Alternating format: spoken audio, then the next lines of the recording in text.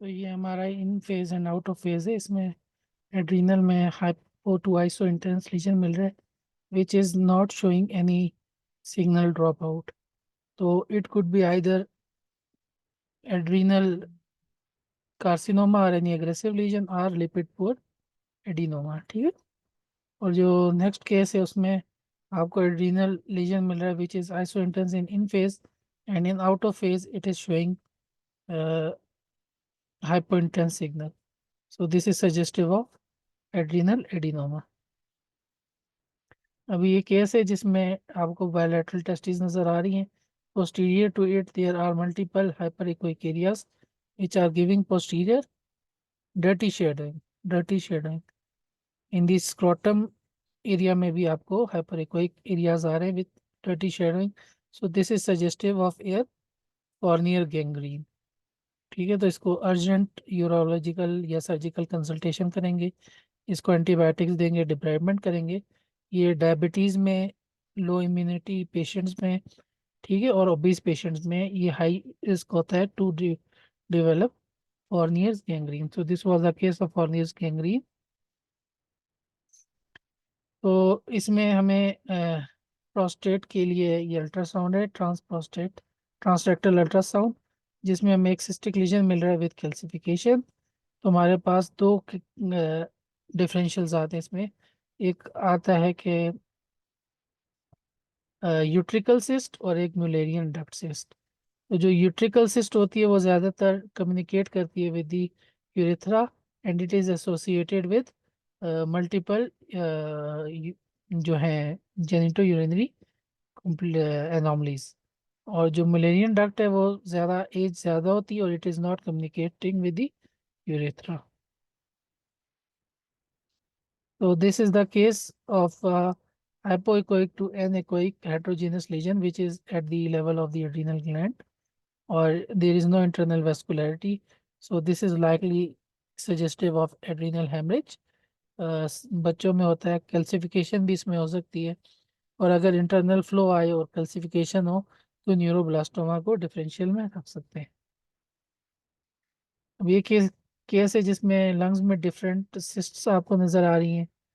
Tiny cyst, multiple cysts are seen in the bilateral lung. In the left kidney, there is a enhancing lesion with the central scar. Central scar जब भी आता है तो imaging में तो हम differentiate नहीं कर सकते, लेकिन on setting of exam this is oncocytoma. Oncocytoma with multiple plus multiple lung cyst is equal to the Birt Hogg Dube syndrome. Birt Hogg Dube syndrome में आपको सिस्टें मिलेंगी, मल्टीपल सिस्ट मिलेंगी लंग्स में, और उसके साथ सेंट्रल स्कार और जो है आपको सेंट्रल स्कार वाला लीजन मिलेगा किडनी में। और अगर हम डॉपलर करते हैं तो इसमें स्पोक व्हील पैटर्न डॉपलर में मिलता है, which is suggestive of oncocytoma. In any case we cannot differentiate from the RCC, तो हम इसकी नेफ्रेक्टमी करते हैं। तो ये एक और केस है जिसमें फर्स्ट इमेज में आपको फिलिंग डिफेक्ट मिल रहा है, suggestive of calculus in the gallbladder.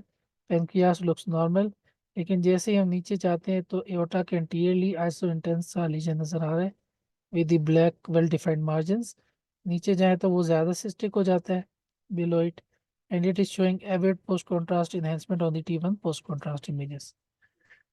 अगर इधर देखें तो इधर भी हमें at the level of aortic bifurcation enlarged intensely enhancing lesions मिल रहे हैं।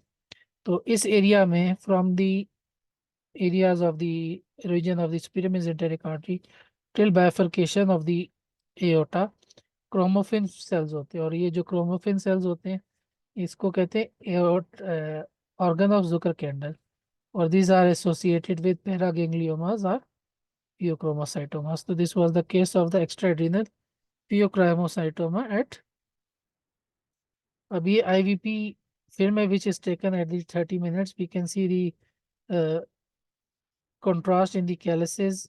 It is freely passing into the pelvis through ureters into the urinary bladder. But on the left side, we can appreciate narrowing at the UJ junction. And there is mild to moderate dilatation of the calyces and pelvis, resulting in hydronephrosis and blunting of the calyces. लेकिन आप जब भी ऐसा case देखेंगे, always ask for the plain film, और plain film में हमें large calculus मिल रहा है in the renal pelvis which was showing the filling defect in the original film. तो this was इस केस में हमें मल्टीपल सिस्टिक एरियाज नजर आ रहे हैं with the central dot sign, and these are seem to be communicating with the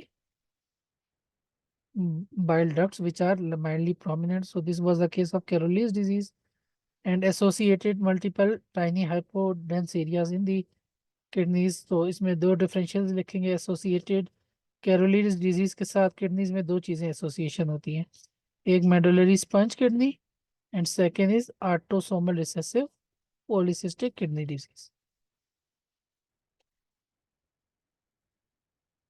इसमें आप देखें तो लेफ्ट सॉस शेडो जो है वो काफ़ी इनलार्ज्ड है, और फिर आप एडजेसेंट वर्टिब्रल नर्विंग भी थोड़ी सी लग रही है। तो नेक्स्ट आप इसका लेटरल व्यू मांगेंगे, this is likely suggestive of pots disease, और अल्ट्रासाउंड करेंगे, एमआरआई करेंगे। अल्ट्रासाउंड में आपको सॉस एरिया में ये सॉस एब्सेस मिल गया, तो इसको ultrasound image sound guided drainage करेंगे। इस केस में देखें तो आपको सबसे पहले जो किडनीज को देखें तो उसकी कॉर्टेक्स इनहेंस नहीं करी, मेडुलरा इनहेंस कर रहा है, तो कॉर्टिकल रिम साइन इसमें नज़र आ रहा है। उसके अलावा अगर आप देखें तो बायलैटरल फ्यूमोरल आर्टरीज में आपको हेट्रोजीनस हाइपोडेंस एरिया नज़र आ रहा है, और थोड़ी सी कंट्रास्ट एक्स्ट्रावेजेशन भी नज़र आ रही है। तो this is haematomas in the bilateral femoral region, और पेशेंट को इंटरवेंशन की हिस्ट्री थी। उसके अलावा अगर डिसेंडिंग कॉलम देखें तो वो भी लॉस ऑफ ऑस्ट्रा है, और बिल्कुल लेड पाइप अपीयरेंस होगी। तो this was due to ischaemic changes, आपको एक्यूट कॉर्टिकल नेक्रोसिस मिल रही है। तो एक्यूट कॉर्टिकल नेक्रोसिस की most common cause haemorrhagic shock होती है, उसके अलावा सेप्टिक शॉक भी हो सकती है, रीनल ट्रांसप्लांटेशन में भी हो सकता है। तो इस केस में आपको यूनिलैटरल एब्सेंट किडनी मिल रही है राइट की, और सिस्टिक एरिया मिल रहा है in the seminal vesicle. So this was suggestive of Zinner syndrome. And this is the last case which is showing normal flow and normal tunica albuginea is appreciated in the right kidney, right scrotum, in fact, testis. And in the left testis, we cannot see any flow. Also, there is a heterogeneous area posterior to it, or tunica albuginea की disruption होगी है. And in setting of the trauma, this is likely suggestive of, बल्कि definitely suggestive of testicular rupture, और इसकी urgent urological consultation कराएंगे।